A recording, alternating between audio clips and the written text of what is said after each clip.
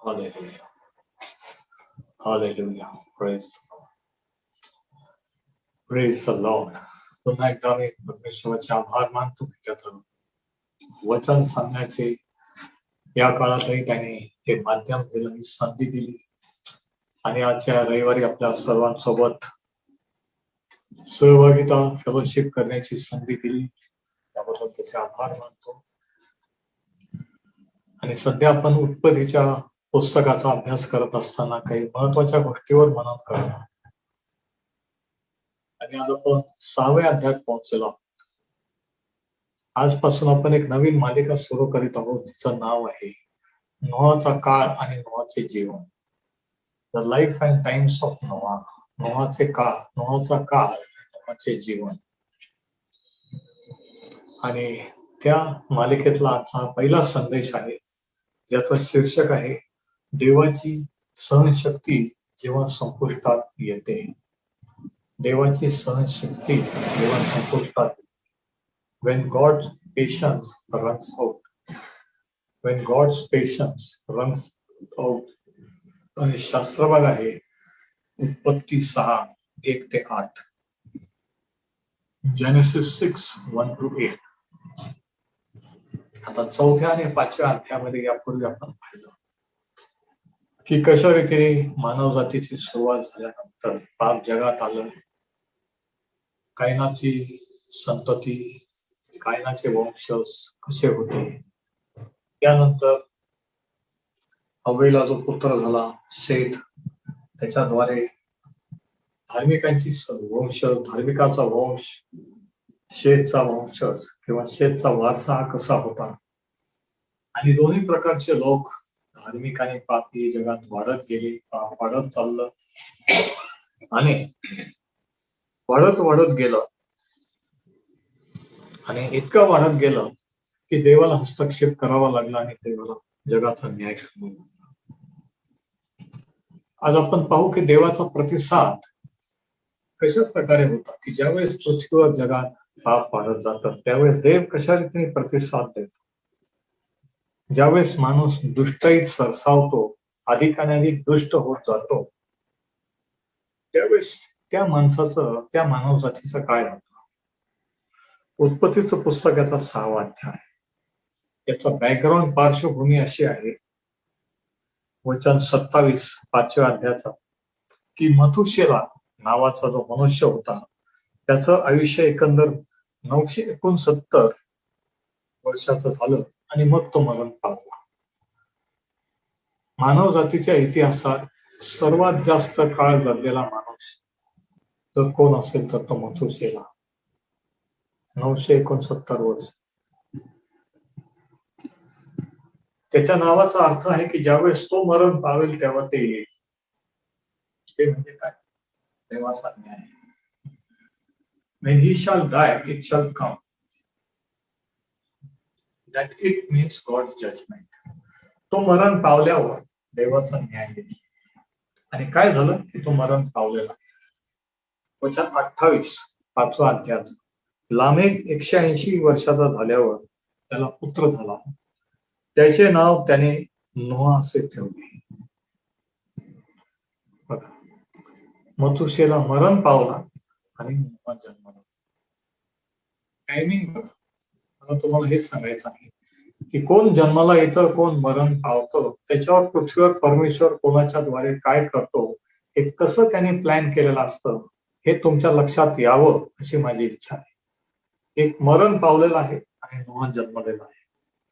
त्याचे नाव नोहा असे ठेवले. तो म्हणाला, जी भूमी परमेश्वराने शापिली तिच्या संबंधाचे आमचे काम व आमचे हातचे कष्ट याविषयी हा आम्हाला आराम देईल किंवा हा आम्हाला न्याय मिळवून देईल. आणि म्हणून त्याच्या बापाने लामेखाने त्याचं नाव विश्वासाने नोहा असं ठेवलं. आता लामेखाला माहित होतं मथुशेला त्याचा अर्थ काय, की तो मरण पावल्यानंतर देव जगाचा न्याय करील, जगाला त्याच्या पापाबद्दल शिक्षा करील, त्याच्यातून सोडविल. आणि म्हणून लामेखाने त्याच्या पुत्राचं नाव नोहा असं ठेवलेलं आहे. वचन 30. नोहा झाल्यावर लामेक 595 वर्षाचा जगला व त्याला आणखी पुत्र व कन्या झाली. लामेकाचे एकंदर आयुष्य 777 वर्ष झाले. मग तो मरण पावला. वेळोवेळी मग तो मरण पावला, मग तो मरण पावला. कोणाबद्दल सांगितलं माहितीये ना?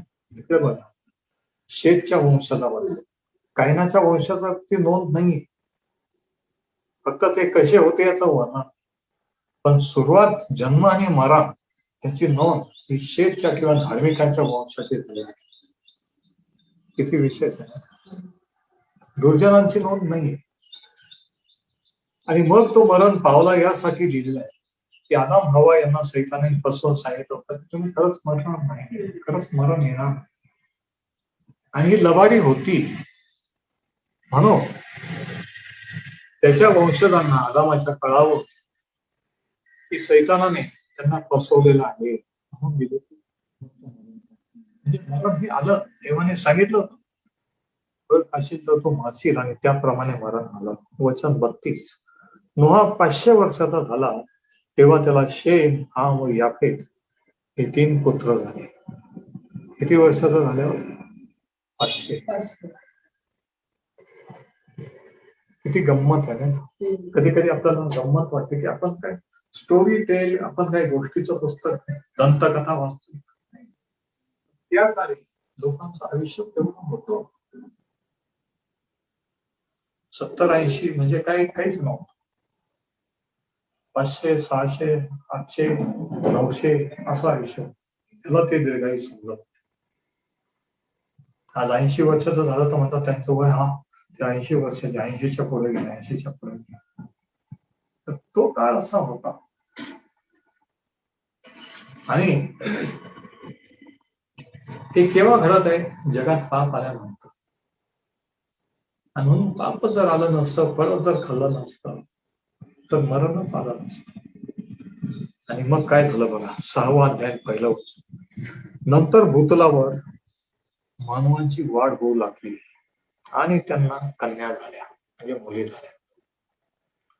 म्हणजे पृथ्वीवर लोकसंख्या वाढू लागली. शेतचे वंशज कायनाचे वंशज हे वाढू लागले आणि मुली पण उत्पन्न झाली. वचन 2.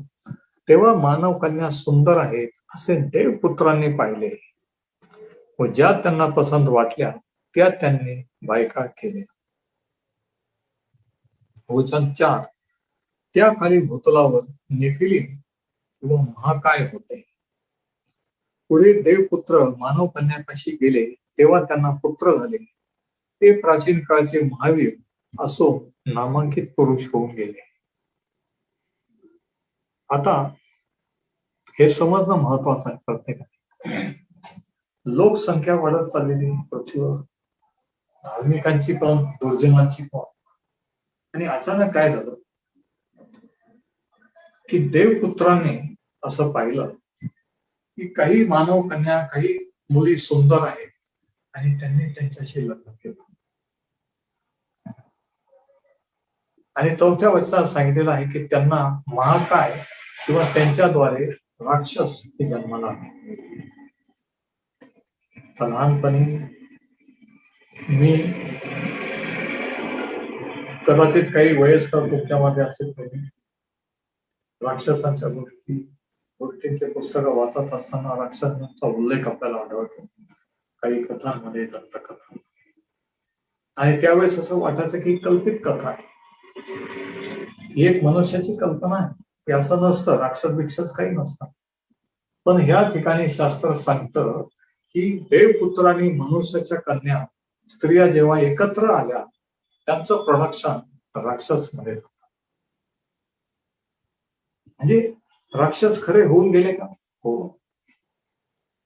आज तुम्ही युट्यूबवर जर पाहिलं, इजिप्त, ग्रीस, रोम आणि प्राचीन काळाचा इतिहास आणि त्याच्यातले अवशेष आणि त्या काळातल्या, त्याच्यावर तुम्हाला दिसून येईल की हे महाकाय, राक्षस यांचं वर्णन आणि सायन्सने सुद्धा, खगोलशास्त्राने सुद्धा हे सिद्ध केलेलं आहे की हे साधारण मनुष्य नव्हते, हे महाकाय होते, हे राक्षस गण. आता दुसरं वचन हे समजण्यासाठी, आता हे राक्षस कसे जन्माला आले, कसे तयार झाले? दुसरं वचन बघा. मानव कन्या सुंदर आहेत असे देवपुत्रांनी पाहिले. आता काही जण असं शिकवतात की देवपुत्र म्हणजे शेतचे वंशज, धार्मिकाचा वंश, पण तसं नाही. जे काय आपण म्हणतो किंवा समजतो शास्त्राचा बेस पाहिजे, वचनाचा आधार पाहिजे. देवपुत्र कुणाला म्हटलेला आहे? इयोबाचं पुस्तक याचा पहिला अध्याय आणि 6वं वचन. शास्त्राने शास्त्राचा उलगडा होता. कोणाचं एक्सपर्ट ओपिनियन, तज्ञ सल्ला घेण्याची गरज नाहीये. देवाने आपल्या प्रत्येकाला वचनात दिलेला आहे. इयोब 1 आणि 6 या ठिकाणी असं म्हटलेलं आहे, एक दिवस असा आला की त्या दिवशी देवपुत्र परमेश्वरापुढे येऊन उभा राहिला व त्यांच्यामध्ये सैतानही आला. दुसरा अध्याय आणि पहिलं वचन इयोबाचं. पुन्हा एक दिवस असा आला की त्या दिवशी देवपुत्र परमेश्वरासमोर येऊन उभे राहिले, त्यांच्यामध्ये सैतानही परमेश्वरासमोर येऊन उभा राहिला. या ठिकाणी परमेश्वरासमोर येऊन उभा राहिलेले हे जे देवपुत्र आहेत हे देवदूत आहे. देवदूतांना देवपुत्र असं म्हटलेलं आहे. म्हणून देऊन घ्या, देवपुत्र म्हणजे देवदूत. दानिएलचं पुस्तक याचा 3रा अध्याय आणि 25वं वचन बघा. डॅनियल 3:25. दानियल 3 आणि 25. तो म्हणाला, पहा, 4 इसम अग्नीत मोकळे फिरत आहेत असे मला दिसते.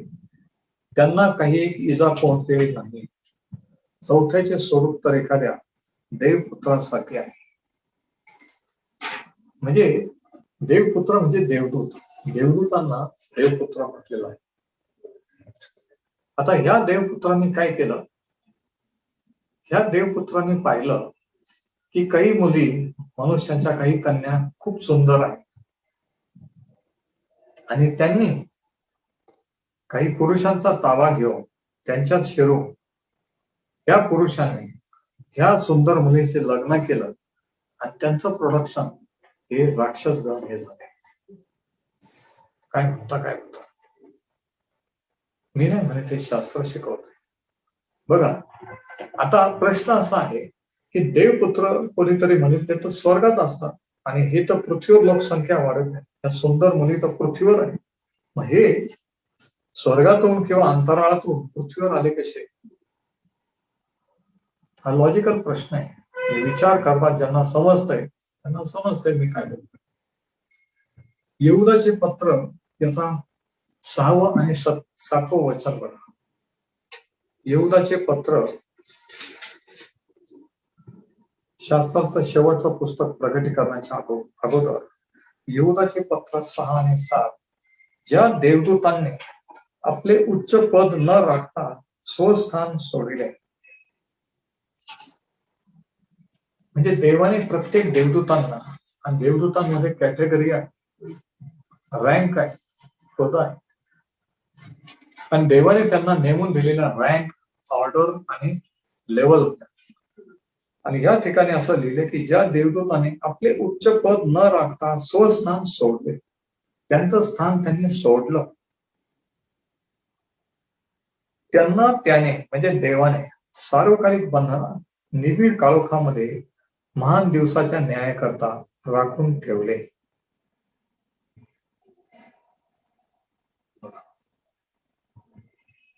म्हणजे काय झालं की काही देवदूतांनी बंडखोरी करून त्यांचं स्थान सोडलं आणि असे जे हायेस्ट लेवलचे उच्च पदावर होते त्यांना देवाने अंधार कोठडीत बंद करून ठेवलं. 7वं वचन बघा. यहूदाचे पत्र 7. त्याप्रमाणे सदोम व गमोरा आणि त्यांच्या सभोवतालची नगरे यांनी त्यांच्यासारखे जार कर्म करून विजातीय अंगाशी संघ केला. म्हणजे काय?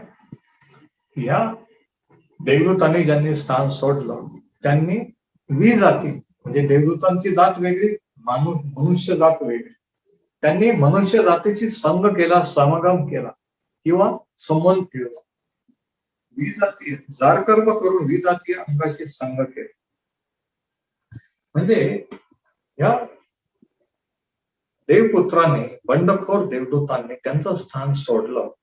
त्याच्यातले काहींना देवाने अंधार कोठडीत टाकलं, काहींनी पृथ्वीवर येऊन मनुष्याच्या कन्येशी संबंध ठेवला, जार कर्म केला आणि त्यांच्यातून राक्षस निर्माण झाले. पेत्राचे दुसरे पत्र याचा दुसरा अध्याय वचन 4 आणि 5. दुसरे पेत्र 2, सेकंड पेत्र 2, 4 and 5. ज्या देवदूतांनी पाप केले त्यांना देवाने सोडले नाही, तर त्यांना नरकात टाकले आणि न्याय निवाड्याकरिता राखून अंधकारमय खळग्यात ठेवले. न्याय निवाडा होणार आहे, तोपर्यंत कुठं टाकले? नरकात आणि अंधकारमय खळग्यात ठेवले. 5वं वचन. त्याने प्राचीन जगालाही सोडले नाही, तर अभक्तांच्या जगावर जलप्रलय आणला आणि धार्मिकतेचा उपदेशक नोहा याचे 7 जणांसह रक्षण केले. म्हणजे या ठिकाणी काय झालंय, उत्पत्ती 6:2 मध्ये या देवपुत्रांनी किंवा देवदूतांनी मानवांशी संग केला आणि राक्षस निर्माण झाले. आणि आता हे का झालं, याच्या मागे एक कॉन्स्पिरसी, एक षड्यंत्र आहे. इकडे बघा, लक्षात घ्या. सैतानाने एदेन बागेत ऐकलं होतं, देवाने सांगितलं स्त्रीला की तुझी संतती त्याचं डोकं ठेचेल. किती जणांना समजते? सैतानाला हे कळून चोकलं की देव त्याची संतती, त्याचा पुत्र मानव जातीतून पाठवणार आहे, स्त्रीच्या द्वारे पाठवणार आहे. स्त्रीच्या द्वारे देवाचा पुत्र येशू ख्रिस्त जन्माला येऊ नये म्हणून त्याने काय केलं की मानवजातीच भ्रष्ट केली. पतन पावलेले देवदूत, जे दुरात्मे झाले, डिमन्स, त्यांनी पुरुषांचा ताबा घेऊन पुरुषांमध्ये शिरवून त्या पुरुषांनी ह्या सुंदर कन्यांशी लग्न केलं आणि राक्षस निर्माण. म्हणजे मानवजाती भ्रष्ट झाली. आणि सैतानाला वाटलं की मानवजाती जर भ्रष्ट झाली तर देव त्याचा पुत्र जगात पाठवू शकतच नाही आणि माणसाचं कारण होऊच शकणार. तर हा जो डाव, ही ती कॉन्स्पिरसी, हे ते षड्यंत्र, म्हणून सैतानाने हे केलं. या दुरात्म्याने, या देवपुत्राने मानवजातीच्या कन्यांशी संग केला. 3रं वचन. तेव्हा परमेश्वर म्हणाला, माझ्या आत्म्याची मानवाच्या ठाई सर्व काळ सत्ता राहणार नाही. म्हणजे माझा आत्मा मनुष्याशी सर्व काळ आता त्याला मार्गदर्शन करत, त्याला शिकवीत राहणार नाही. माझ्या आत्म्याने मी आता माणसाशी संबंध ठेवणार, कारण का मानवजाती आता भ्रष्ट झाली आहे. आणि मग 3रं वचन. तो भ्रांत झाल्यामुळे देहरूप ठरला आहे, तथापि त्याला 120 वर्षाचा काळ दिला. आणि ह्या क्षणापासून माणसाचं आयुष्य, जे आपण अगोदरच्या वचनात वाचलं, एवढे वर्ष 800-900 होतं, ते एकदम देवाने 120 वर्ष दिलं. देवाने सांगितलं की माझा आत्मा मनुष्याची आता सर्व काळ वाद घालत राहणार नाही, त्याला विनंती करून त्याला सांगत राहणार नाही, कारण का मानव आता भ्रष्ट झालेला आहे. म्हणजे काय झालं या ठिकाणी, देवाच्या सहनशीलतेला मर्यादा आहे. देवाची सहनशीलता संपुष्टात आलेली आहे. देवाचा धीर जसा काही सुटलेला आहे. देवाने लिमिट ठरवून दिले की आता बस, आता फार झालं, आता इथून पुढे मी परत माणसाशी काही मार्गदर्शन देऊन किंवा माझ्या आत्म्याने त्याला टोचणे देऊन बऱ्या वाईट ज्ञान करण्याची एक खात्री करून देणार नाही. माणसाने त्याचा निर्णय घेतलेला आहे. आणि ह्यानंतर आपण जर वाचलं 4थ्या वचनात, त्या काळी भूतलावर नेफिलीम म्हणजे महाकाय होते. आता हे नेफिलिम यांच्याबद्दल युट्यूबवर तुम्हाला काही व्हिडिओज पाहायला मिळतील. आता काही शास्त्रावर आधारित आहेत, काही चुकीचं शिक्षण देणार आहे. आणि जर तुम्ही ते पाहिले असतील, जर कधीच शास्त्र वाचलं नसतं तर तुमचा ग्रह तसा होईल. म्हणून कोण काय सांगतं, कोणत्या पिक्चर मध्ये शास्त्रातलं काय दाखवलं याच्यावरून शास्त्र कळत नसतं. शास्त्र हे देवाचं वचन म्हणून मनन केल्यानंतर आपल्याला त्याचा अर्थ कळत असतो. पिक्चर वरून कोणीतरी काहीतरी व्हिडिओ पाहून नाही, पण काही व्हिडिओ आहेत की ज्याच्यामध्ये त्यांनी फार सुंदर रीतीने याचं वर्णन केलेलं आहे. नेफिलिम पुढे देवपुत्र मानव कन्यापाशी गेले तेव्हा त्यांना पुत्र झाले. ते प्राचीन काळचे महावीर असून नामांकित पुरुष होऊन गेले. एक पराक्रमी होरवीर होते, पण ते राक्षस नॉर्मल होते. आणि त्या जातीतला कोण होता? गल्ल्या, ज्याला दाढीला नाही. तर नॉर्मल माणसापेक्षा त्याची हाईट, त्याची बॉडी, त्याचं सर्व काही एक्स्ट्रा ऑर्डिनरी वेगळं आहे. वेगळ्या जातीचा होता तो, या कॅटेगरीचा. आणि गणना 13:33 मध्ये आपण वाचतो की त्या काळात देखील काही राक्षस होते. म्हणजे जलप्रलयानंतर देखील राक्षसगण हे पृथ्वीवर होते. म्हणजे आणि राक्षस कसे उत्पन्न होतात? देवपुत्र आणि मानव कन्याची संगती. म्हणजे दुरात्मे माणसाचा, स्त्रियांचा ताबा घेऊन हे त्यांचं प्रोडक्शन त्यांनी सुरू ठेवलं. गणना 13:33, नंबर्स 13:33 या ठिकाणी सुद्धा आपण या राक्षसांबद्दल वाचतो. नेफिलिम, गणना 13:33. तेथे नेफिलिम राक्षस म्हणजे नफिली घराण्यातील अनाकाचे वंशज आम्ही पाहिले, तेव्हा स्वतःच्या व त्यांच्या दृष्टीने आम्ही टोळांसारखे भासलो.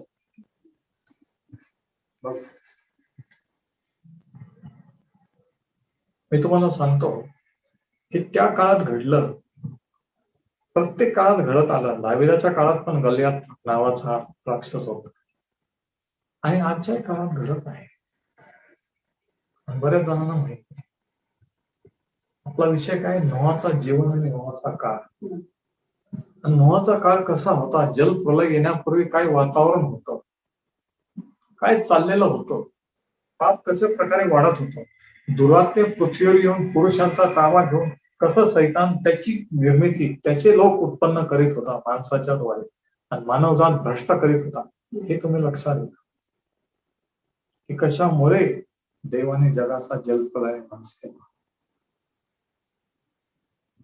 कशामुळे देव न्याय करतो, कशामुळे देव दंड करतो. अरे खूप वाईट झालं, आता त्यांच्या लेकरांना कोण पाहिजे, आता त्या बाईचं कसं होईल, आपण सहज म्हणतो.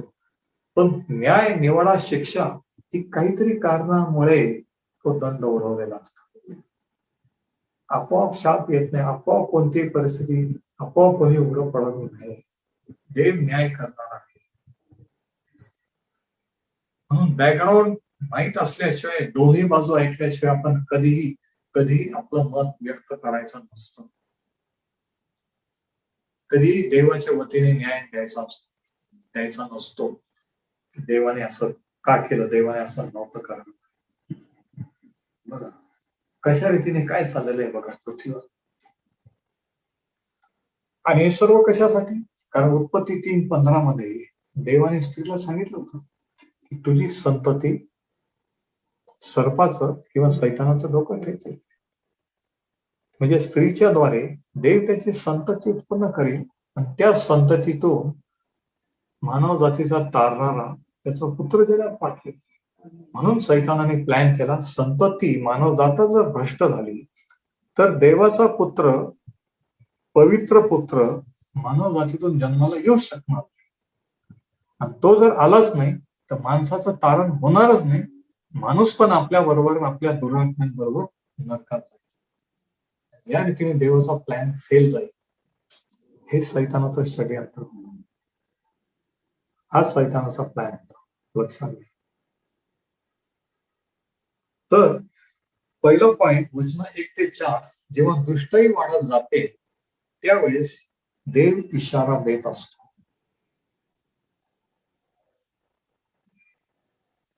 When wickedness is unashamedly practiced, God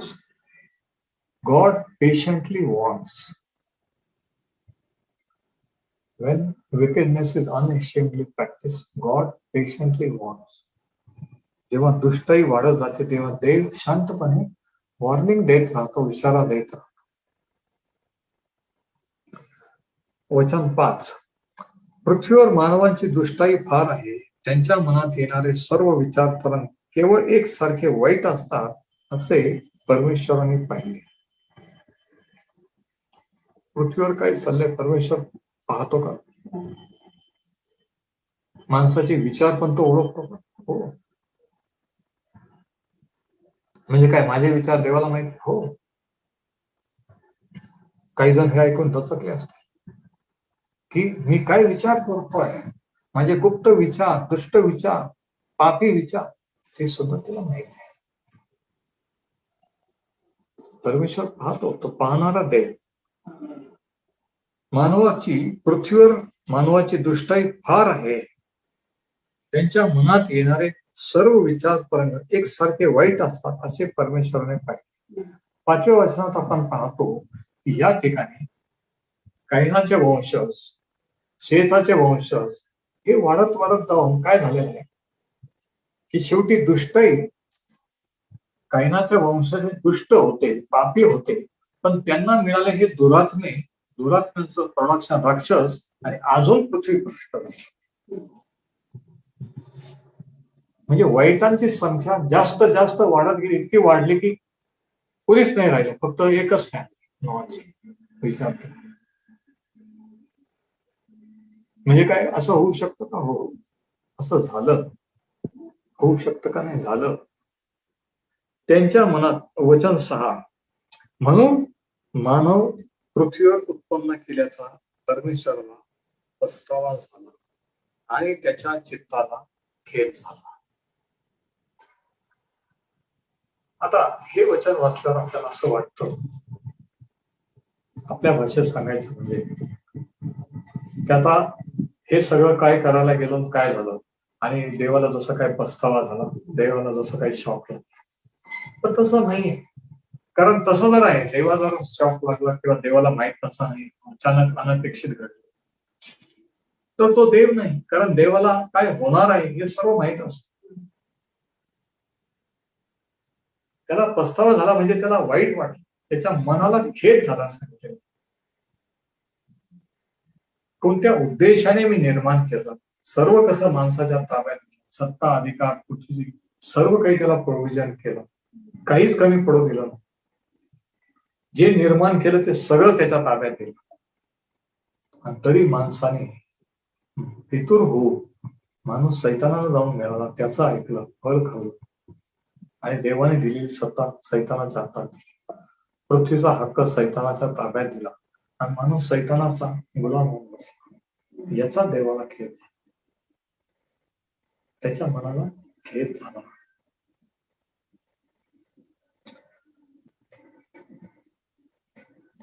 तेव्हा वचन 7, परमेश्वर म्हणाला, मी उत्पन्न केलेल्या मानवाला पृथ्वीवरून नष्ट कर.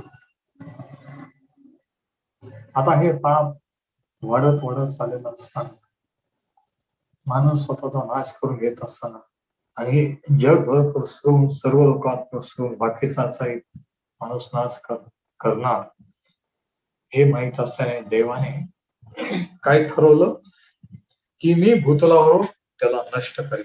मानव, पशु, रानणारे प्राणी, आकाशातील पक्षी हे सारे नाहीसे कर, कारण त्यांना पृथ्वी उत्पन्न केल्याचा मला पस्तावा झाला आहे. आदामापासून जे काही मानव, पशु, पक्षी जे काही उत्पन्न केलं होतं, देवाने ठरवलं ते सर्व कॅन्सल, सर्व नष्ट करायचं, नवीन जग. का?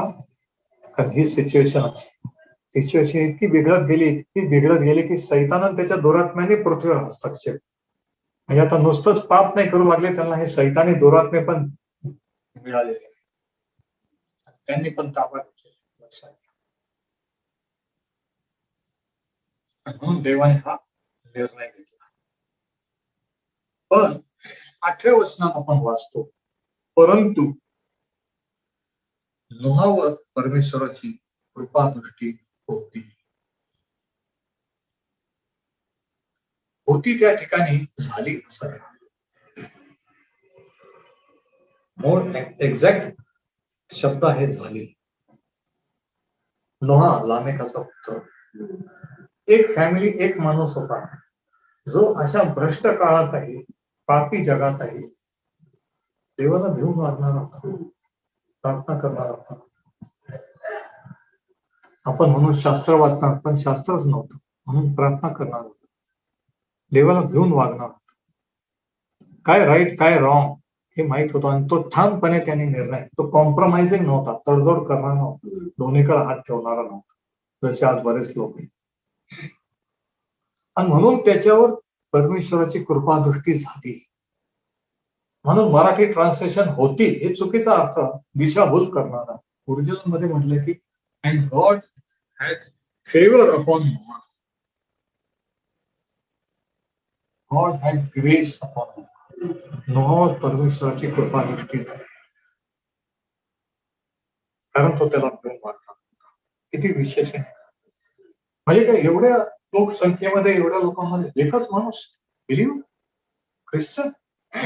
हो, विचार करा. तुम्ही त्या काळात असते तर तुम्ही हा निर्णय घेतला असता का जगासारखं होण्याचं जाऊ दे बाबा, लोक मला काय म्हणतील, समाज काय, लोकांना खुश करा. देवासाठी निर्णय घ्यायला डेअरिंग गट्स लागतात. प्रवाहाबरोबर कोणी वाहत जातं, प्रवाहाच्या विरुद्ध व्हायला डेअरिंग लागते. 4 लोकात नाही म्हणायला, कुठून उभा राहायला डेअरिंग. होला हो करायला काहीच नाही लागत. आणि तसं देवाच्या मार्गात, देवाच्या बाबतीत सुद्धा आहे. जर आपला देवावर विश्वास आणि समर्पण आहे तर सर्व जग जरी नाही म्हणत असत तरी आपण म्हणू शकतो, हा माझा त्या देवावर विश्वास, मी त्या देवाचा. म्हणजे काय, तुम्ही ख्रिश्चन? हो, मी ख्रिश्चन. तुम्ही बिलीव्हर आहे का? हो. जेव्हा आपला पूर्ण विश्वास, पूर्ण समर्पण असतं त्यावेळेस काय होतं, देवाची कृपादृष्टी आपल्यावर होत असते. आणि इथे आपण वाचतो, परंतु नोहावर परमेश्वराची कृपादृष्टी झाली. सर्व लोक तो पाहत होता, सर्वांचे विचार तो, आणि नोहाला पाहत होता, त्याची फॅमिली. आणि देवाने पाहिलं की याचा विश्वास, याचं समर्पण पूर्ण, आणि त्याने त्याच्यावर कृपा केली. देवाने पाहिलं. आता हा जो काळ, ह्या काळाचं जे वर्णन आहे, ह्या काळाविषयी प्रभूशूने देखील सांगितलं की शेवटचे दिवस हे कसे असतील. आपण वाचू मत्ती शुभोत्तमा त्याचा 24वा अध्याय, मॅथ्यू 24 वचन 37 ते 39. Matthew 24 37 to 39. मी तुम्हाला खचित सांगतो, हे सर्व पूर्ण होईपर्यंत ही पिढी नाहीशी होणार नाही. आकाश व पृथ्वी नाहीशी होती, परंतु माझे वचने नाहीशी होणार नाही.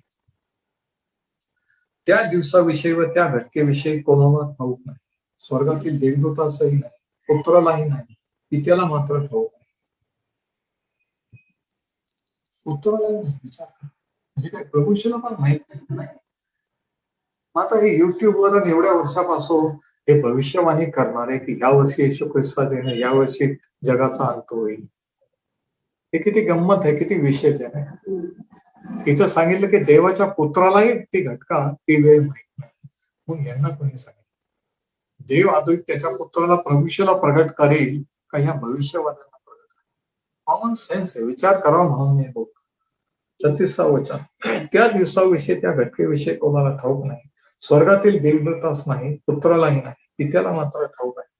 आणि आता आहे का, नोहाच्या दिवसातल्या प्रमाणे मनुष्याच्या पुत्राचे येणे होईल. आणि नोआचा काळ कसा होता? पाप तर वाढलंच होतं, पण वैशिष्ट्य हे की दुरात्म्यांनी पुरुषांचा ताबा घेऊन त्यांची संतती निर्माण करायला लागले. हे वैशिष्ट्य नोआच्या काळाचं. आणि प्रभूशी जर म्हणतो की शेवटच्या काळात त्याच्या येण्याच्या अगोदर असं होईल, म्हणजे काय होईल? नुसतं पाप तर वाढलंच, ते वाढलेलं आहेच, पण दुरात्मे देखील पुरुषांचा माणसांचा ताबा घेऊन ही अशी दुष्ट संतती राक्षसगण निर्माण करते. आणि ते आहेत बघा तुम्ही, काही मर्डर, काही घटना, की किती अमानवी कृत्य आपण म्हणतो, किती निघृण हत्या, हे नॉर्मल माणूस, नॉर्मल बाई नाही करू शकत. दुरात्म्यांनी ताबा घेतल्याशिवाय नाही करू शकत. लहान लेकरांना घेऊन विहिरीत उडी मारली, गाडीखाली जीव दिला, ही नॉर्मल बाई नाही करू शकत. सैतानी दुरात्म्यांनी ताबा घेतल्याशिवाय माणसाच्या बुद्धीने शक्य नाही. म्हणजे नोआच्या काळासारखं हे दिवस असतील, म्हणजे ह्या दिवसात सुद्धा दुरात्म्यांनी माणसांचा ताबा घेतलेला आहे. म्हणून दुष्टाई देवाच्या दृष्टीने फार वाढलेली आहे. नोआच्या काळाविषयी त्यांनी वर्णन केलं. आणि म्हणून देवाने ठरवलं की आता हे फार झालं, आता स्टॉप, आता मी जगाचा न्याय करेन. म्हणून त्यांनी जलप्रलय नाश करण्याचं ठरवलं. आता हे सर्व घडत असताना नोआने काय केलं?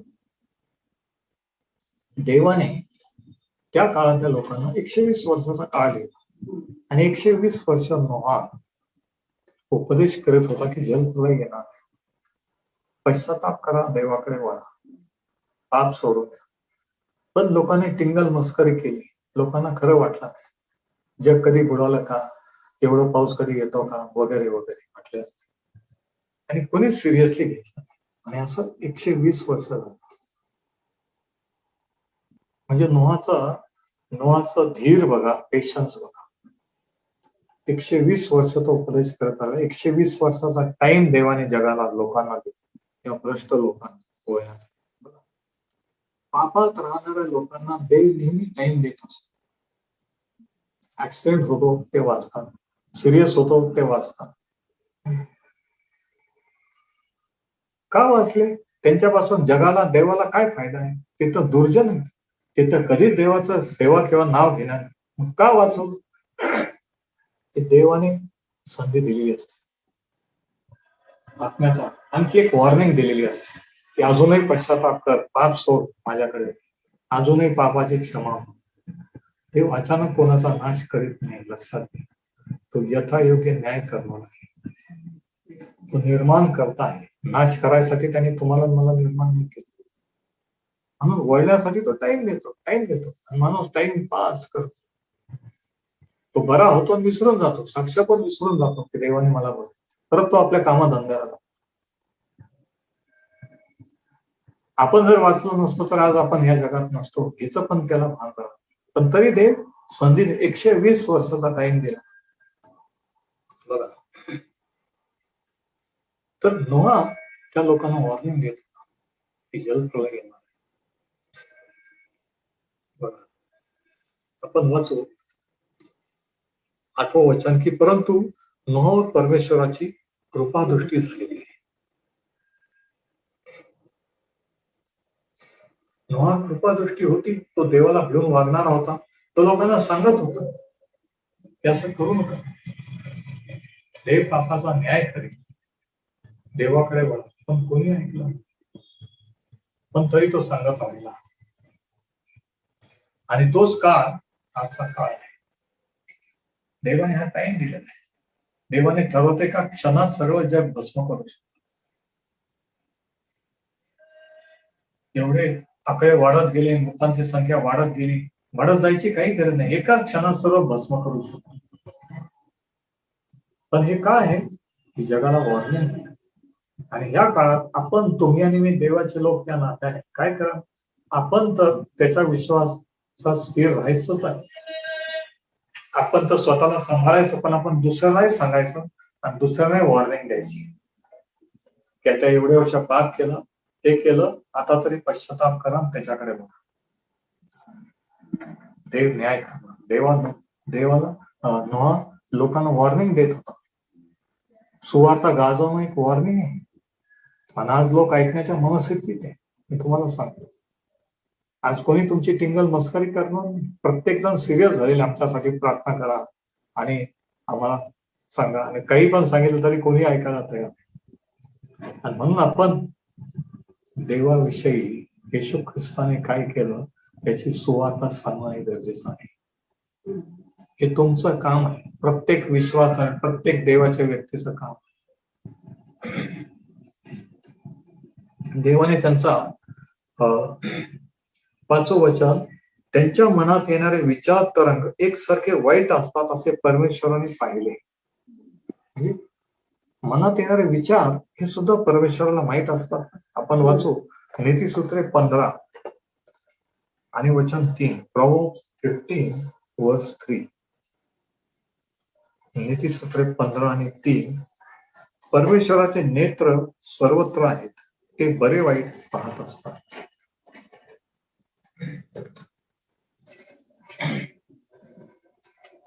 परमेश्वर सर्व पाहत आहे. मी कसं वागतोय, काय करतोय, काय केलंय तो. पण लोकांना वाटतं कोणालाच काही माहित नाही मी काय करतो, मी काय केलंय, कसे पैसे कमवतोय, किंवा कसं विचारात पापात जीवन. परमेश्वर पाहत आहे. परमेश्वराचे नेत्र सर्वत्र असतात. इब्री लोकास पत्र 4 आणि वचन 13. Hebrews 4:13. इब्री लोकास पत्र 4 अध्याय आणि 13 वचन बघा. या ठिकाणी काय लिहिलेलं आहे, आणि त्याच्या दृष्टीला म्हणजे देवाच्या दृष्टीला अदृश्य अशी कोणतीही सृष्ट वस्तू नाही, तर ज्याच्या बरोबर आपला संबंध आहे त्याच्या दृष्टीला सर्व उघडे वागडे आहे.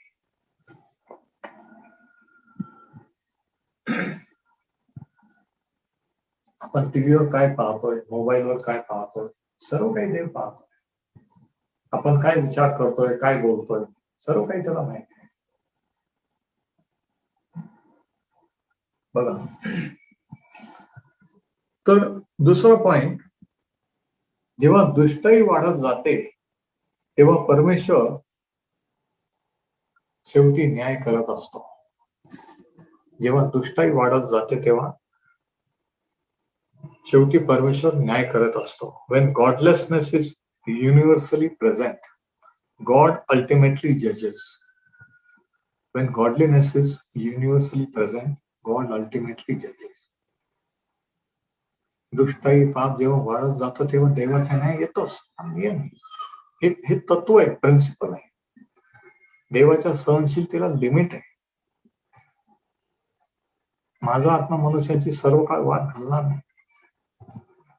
एवढे अनुभव आले, एवढे वर्ष, एवढ्या वेळ देवाने वाचवलं, पण नेहमीच वाचवेल असं नाही. पश्चाताप नाही केला तर एक दिवशी क्षणात तो जगातून पळत नाही. म्हणून मी एवढ्या वेळ वाचलं, मला काहीच होत नाही. मी चर्चला जात नाही, शास्त्र मी काहीच करत नाही, तरी मला काहीच होत असं कोणी म्हणून नाही समजून नाही. परमेश्वर पाहत आहे, लक्षात घ्या.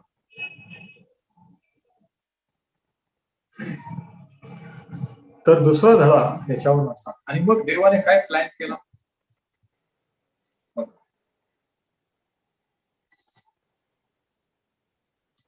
पुढे जर आपण वाचलो, उत्पत्तीचं पुस्तक येतं 6व्या अध्यायामध्ये आणि वचन 13. त्याच्या अगोदर आपण 9व्या वचनापासून वाचूया. आपला विषय आहे नोहाचं जीवन आणि नोहाचा काळ. नोहाचा वृत्तांत याप्रमाणे. नोहा हा आपल्या काळच्या लोकांमध्ये धार्मिक व सात्विक मनुष्य होता. नोहा देवाच्या समागमे राहत असे. त्या काळात, अशा लोकांमध्ये नोहा धार्मिक आणि सात्विक मनुष्य होता, सरळ मनुष्य होता, पॉलिटिकल दुटप्पी नाही. आणि दुसरी गोष्ट काय, नोहा देवाच्या सानिध्यात राहत असे. लिखित शास्त्र, रायटिंग मध्ये शास्त्र नव्हतं, म्हणून समागमी तो देवाशी बोलत होता, प्रार्थना करत त्याच्या सानिध्यात राहत. नोहाला शेन, हाम व याफेत असे 3 मुलं झाले. त्या काळी देवाच्या दृष्टीने पृथ्वी भ्रष्ट झाली असून ती घोर कर्माने भरली होती. अशा काळात एकच माणूस आणि एकच फॅमिली विचार करा. समजा अख्ख्या नाशिकमध्ये एकच फॅमिली, मी किंवा तुम्ही, आणि एकच. कसं वाटलं? सगळे लोक वेगळे ना. अख्ख्या जगात नुसतं एका शहरात, गावात एकच फॅमिली. देवाने पृथ्वीकडे वचनद्वारा अवलोकन केले, तो त्याला ती भ्रष्ट झाली आहे असे दिसले. कारण पृथ्वीवरील सर्व प्राण्यांनी आपली चाल चालवणूक बिघडवली. पापाचा परिणाम सगळं वातावरण भ्रष्ट झालं. मग देव नोहाला म्हणाला, सर्व प्राण्यांचा अंत करण्याचे माझ्या मनात आले आहे, कारण त्यांच्यामुळे पृथ्वीवर अनर्थ माजला आहे. पहा, मी पृथ्वीसह त्यांचा नाश करेन. देव प्रीती आहे, पण देव यथायोग्य न्याय करणारा पण, पापाची शिक्षा देणारा पण. काही लोक एकच घेऊन पडतात की देव प्रीती देव, म्हणजे आपण काही केलं तरी देव क्षमा. तसं नाही, तो न्याय करणारा पण आहे. तो सहन करतो पण लिमिट ठरवतो, आणि पाप लिमिटच्या बाहेर गेले की तो न्याय करतो. आणि मग त्याने नोहाला काय सांगितलं? तू आपल्यासाठी गोफेर लाकडाचे तारू कर, त्या तारवात कोथोड्या कर, आणि त्यांना आतून बाहेरून डांबर लाव. आणि त्याचं वर्णन सांगितले की त्याचं कसं कर. आणि मग वचन 17, पहा, ज्या देहधारांच्या काही प्राण आहे ते सर्व आकाशात घालून नाहीसे करावे, म्हणून मी पृथ्वीवर जलाचा प्रलय आणतो. परमेश्वराने नोहाला सांगितले एक दिवशी की अशा मोजमापाचं तू लाकडाचं तारू कर, एक बोट कर, कारण मी संपूर्ण जगाचा आता जलप्रलयाने नाश करणार आहे. सगळ्या जगाला पाण्याने नष्ट करणार आहे. वचन 18, तरी तुझ्याशी मी आपला करार स्थापित करतो. तू आपले पुत्र, आपली स्त्री व आपल्या सुना यांना घेऊन तारवात जा. सर्व प्राण्यांच्या प्रत्येक जातीतून नर व मादी अशी 2-2 जिवंत राहण्यासाठी आपल्या बरोबर तारवात.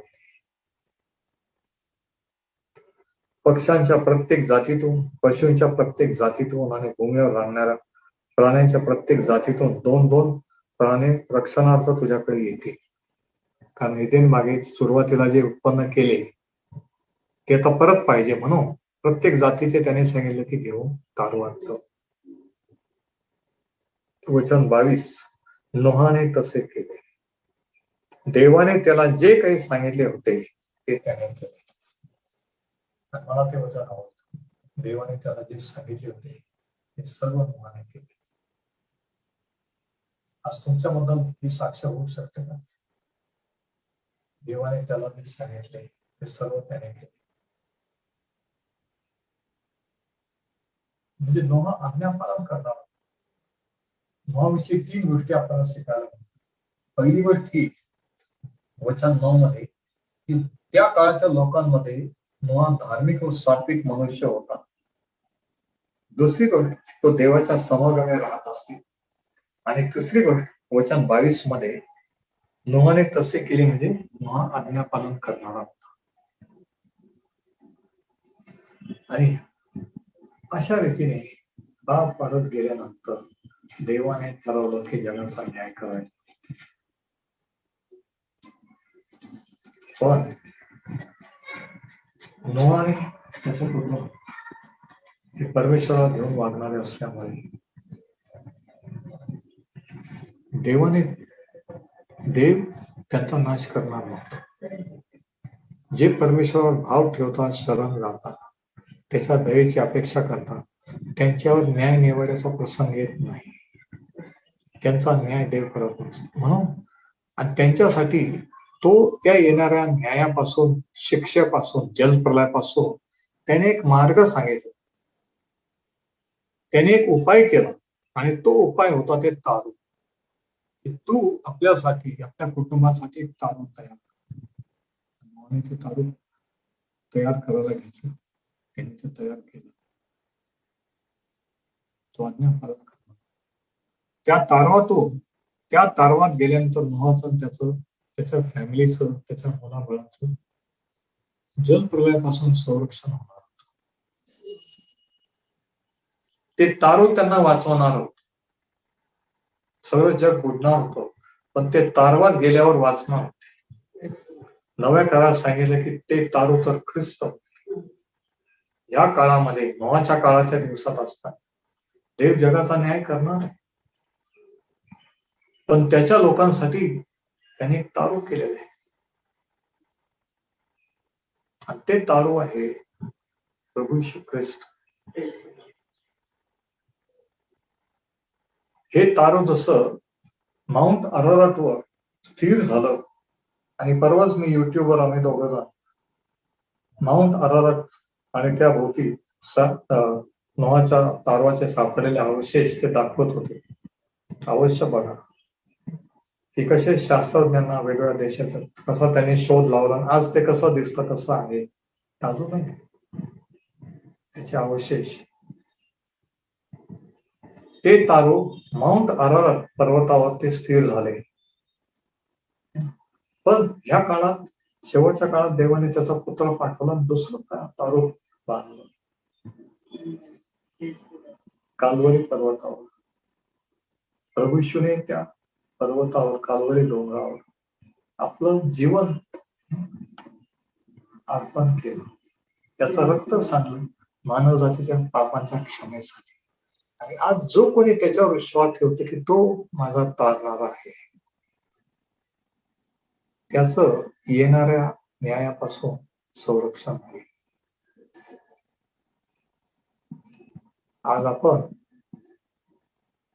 आज ते तारू येणाऱ्या न्यायापासून बचाव करण्यासाठी देवाने बांधलेलं तारू कालवरी डोंगरावर प्रभू येशू ख्रिस्त आहे. जो कोणी त्याच्यावर विश्वास ठेवतो त्याचा नाश होणार नाही, तर त्याला सार्वकालिक जीवन प्राप्त होईल. नाही पण जगाचा होईल, पण जो कोणी त्याच्यावर विश्वास ठेवतो त्याचा नाश होणार नाही. देवाने उपाय केलेला आहे. त्या काळात पण लोकांचा उपाय होता, पण लोकांनी विश्वास ठेवला नाही. नोहाने सांगितलेल्या सुवार्तेवर विश्वास ठेवला की तारवात चला, देव बाहेर जगाचा न्याय करणारे जलप्रलय येणार आहे, तारवात चला. आजही सुवार्ता काय आहे की त्या प्रभू येशू ख्रिस्ताकडे वळा, त्या तारवात चला, देव जगाचा न्याय करा, आपलं संरक्षण करा. पण काही नाही, शेवटपर्यंत कोणीच विश्वास ठेवला, फक्त नोहा त्याच्या विषय. आणि मला वाटतं ज्यावेळेस ते पाणी वाढायला लागलं, ज्यावेळेस खरंच पाऊस आला, पूर आला आणि वाढत, त्यावेळेस पण तेव्हा फार उशीर झाले, कारण शास्त्र सांगते की देवाने ते दार बंद केलं. आणि देवाने दार बंद केल्यावर कोण उघडेल? देवाचा टाइम संपल्यावर किती पश्चाताप केला, कितीही वाटलं की देवाकडे वळावं, पण वेळ निघून गेलेली असणार. आज ती वेळ, आज त्याच्याकडे वळण्याची. माहित आहे लोकांना, कळतं पण वळत नाही. माहित आहे मी पश्चाताप केला पाहिजे, मी जे करतो ते नाही केलं पाहिजे, मी दाखवतोय करतोय पण मी रिअल आहे झालं पाहिजे, मी फेक आहे हे माहित आहे. पण जर ते केलं नाही तर न्याय हा ठरलेला आहे. नोहा कृपादृष्टी का झाली माहितीये का? कारण तो देवावर विश्वास ठेवणार, देवाला घेऊन वागणार.